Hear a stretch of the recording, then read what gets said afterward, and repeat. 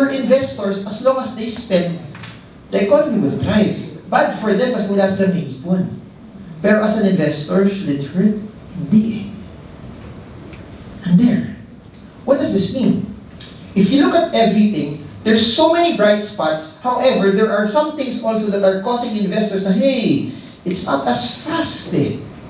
Pero looking at it, I believe the value is still there. Agree?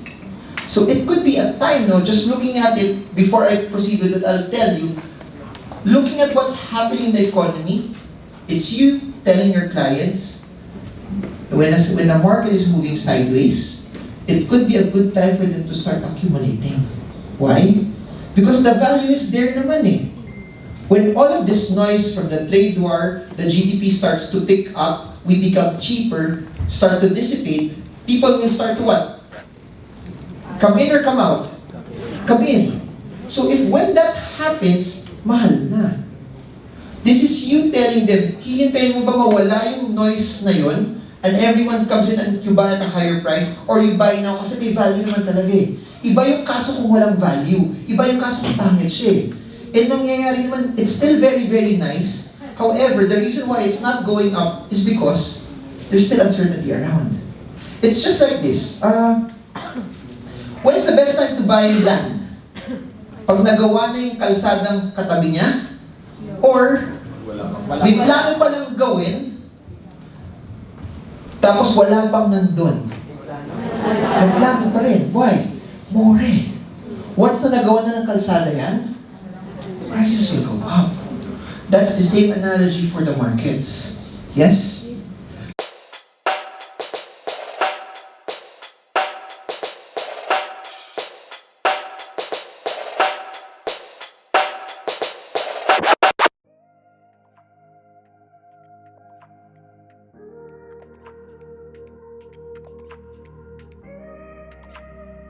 As 30 yung laman ng index, the PSE recalibrates them every 6 months. Meaning, there are 262 stocks in the PSE. If there are 262 stocks in the PSE, kung ikaw yung pang 31, pangit ka maganda.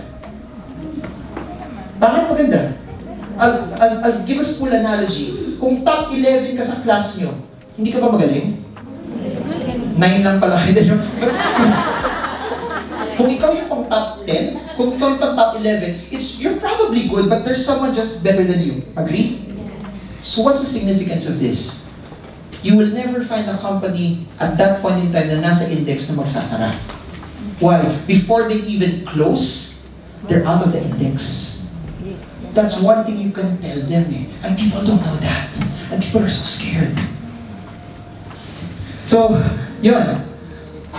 As indices go down, they always go back higher than where they were before, primarily of this. Because the composition of the stocks inside change.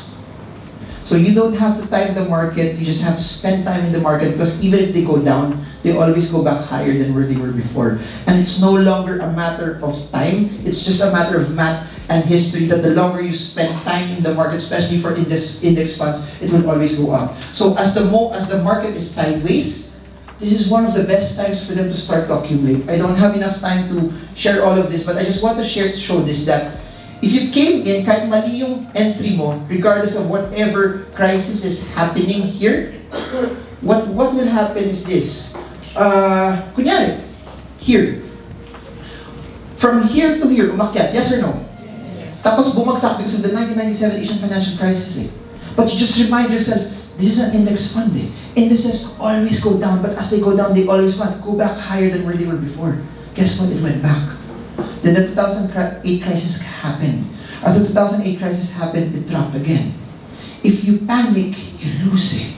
But if you remind yourself that 30 stocks that are there, they're earning, they're growing. The price might have gone down, but the value is still amazing. Why? After the 2008 crisis, went back up. And guess what? As we're going sideways now, best time to accumulate for long-term investors, because it's a matter of math that indices always go up. You have Ayala Land inside the index, you have Jollibee, you have SM. The PSEI will always drop, but because of its characteristics, it will always go higher than where it was before.